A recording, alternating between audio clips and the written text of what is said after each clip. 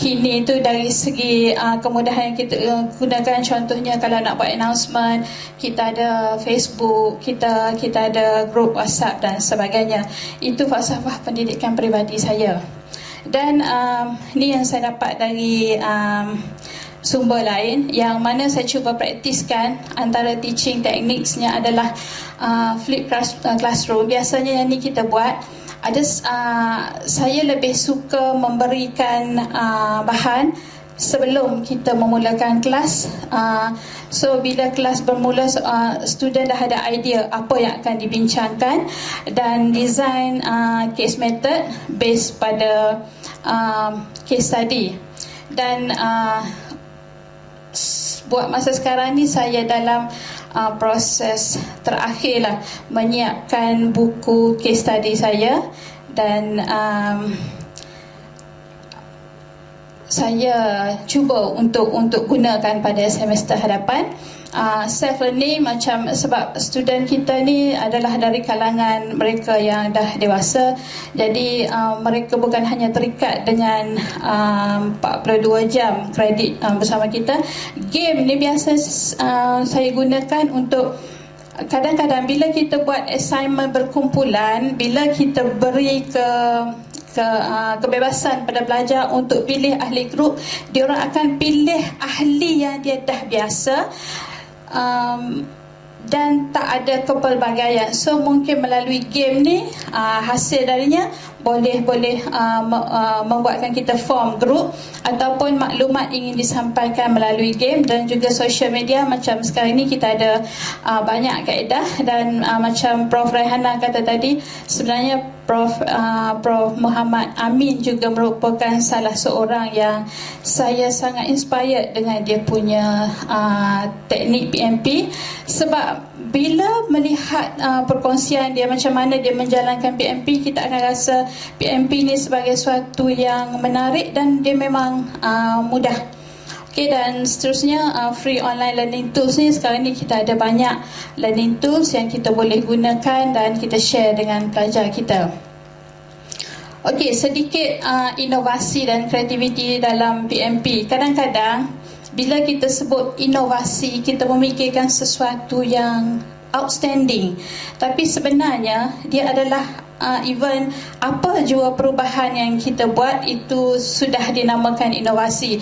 Jadi dalam PMP saya tidak hanya terikat kepada lecture, student hanya dengar and then tak ada conclusion dan sebagainya, habis. Tapi saya cuba pelbagaikan dengan membuat, sebab saya dalam bidang kerja sosial, so dia tak boleh seolah-olah dia tak boleh terlepas dari kita buat fieldwork. So antaranya kita buat lawatan ataupun program di lapangan. Khusus saya mengajar dah lebih 10 semester adalah kerja sosial dalam perkhidmatan kesihatan. So setiap semester sama ada kita buat lawatan ke institusi kesihatan. Institusi kesihatan tidak semestinya hospital, tapi institusi-institusi yang menyediakan kemudahan kesihatan. Ataupun kita juga memanggil penceramah jemputan yang berkait dengan bidang yang diajar. Dalam gambar tersebut, salah seorang, dua orang lah dari individu yang berada dalam gambar ni adalah people living with HIV/AIDS, dan salah seorang lagi adalah drug user. So kita jemput mereka untuk melakukan perkongsian. Dan untuk program sebegini, saya tidak hanya melakukan pada peringkat khusus saja, tapi kita bekerjasama dengan kelas-kelas lain ataupun di peringkat program. Okey, seterusnya penggunaan kajian kes ni seperti yang digalakkanlah oleh pihak universiti untuk menggunakan kajian kes dalam PMP, dan perbincangan secara terbuka dan tidak terhad. Maksudnya kita biasanya setiap semester akan ada seorang student yang secara volunteer untuk form group dalam Facebook. So kita buat discussion di situ. Selain dari PMP, saya juga cuba melakukan sedikit perubahan terutama dalam tugasan. Bila saya biasanya, terutama bila presentation, student ni bila tidak diberi pilihan, dia mereka tidak kreatif. Kadang-kadang saya nampak student kita seperti player Harimau Melaya. Sorry to say. Bila berada dalam keadaan selesa, mereka tak cuba untuk berfikir, tapi bila berada dalam tekanan sebenarnya mereka boleh.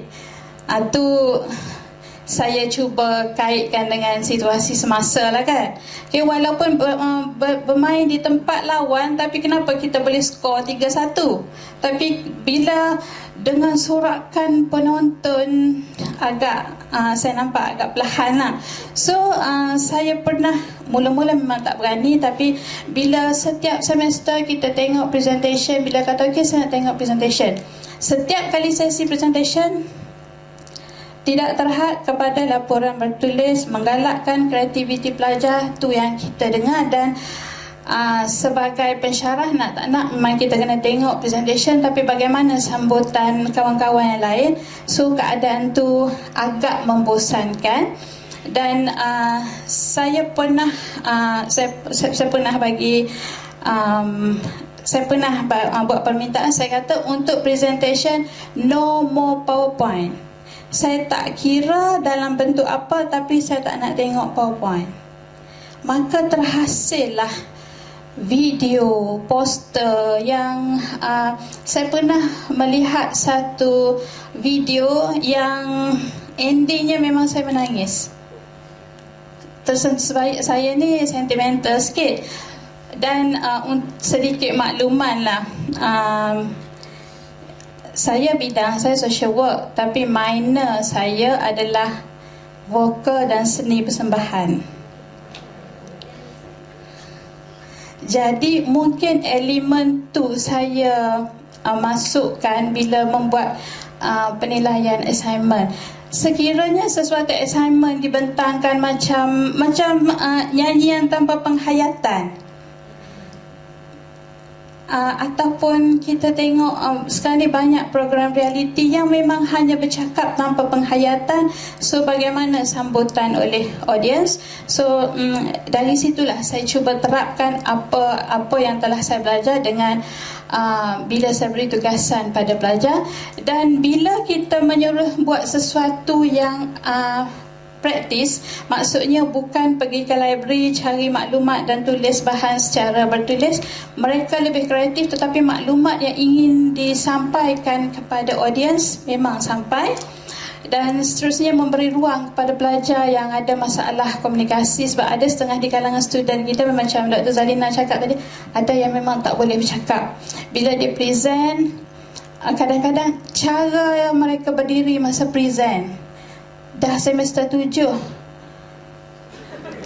cara berdiri yang agak tidak confident. Tapi bila maksudnya dia ada kelebihan lain, so why not kita gunakan kelebihan dia tu, bukan untuk menutup kelemahan, tetapi dalam masa yang sama dia perlu untuk terus mencari maklumat. Seterusnya mengelakkan rasa bosan lah masa sesi pembentangan. Dan sesi pembentangan akan jadi lebih menarik sebab kawan-kawan dari grup lain tak boleh nak expect dia orang ni nak buat apa. Ada yang tunjukkan poster, ada yang, dan bila saya kata poster, usaha yang mereka lakukan amat saya menghargai sebab dia orang memang kreatif dan nampak mereka berusaha. Saya nak tunjukkan ni antara contoh poster. Kalau di bilik saya jadi macam cikgu sekolah dulu. Masa kita sekolah rendah dulu, lukisan yang dapat A cikgu tampal kat dinding kan. So itu yang saya cuba lakukan. Bila diorang present, bila sesi Q&A, akan ada kawan-kawan yang tanya kenapa, apa maksud background colour ni, dan message yang ingin disampaikan adalah hentikan kekerasan terhadap wanita. Tapi maklumat yang di sebalik itu pelajar boleh justifikasikan. Sebenarnya saya nak bawa poster tapi dia terlalu besar. Ni yang baru yesterday, 2 hari lepas present, berkenaan dengan kuasa, krisis dan konflik dalam rumah tangga. So selain semasa sesi presentation, selain dari poster ni, pelajar juga menyediakan flyers untuk diedarkan kepada kawan-kawan dalam kelas. Okey, seterusnya tak ada mouse.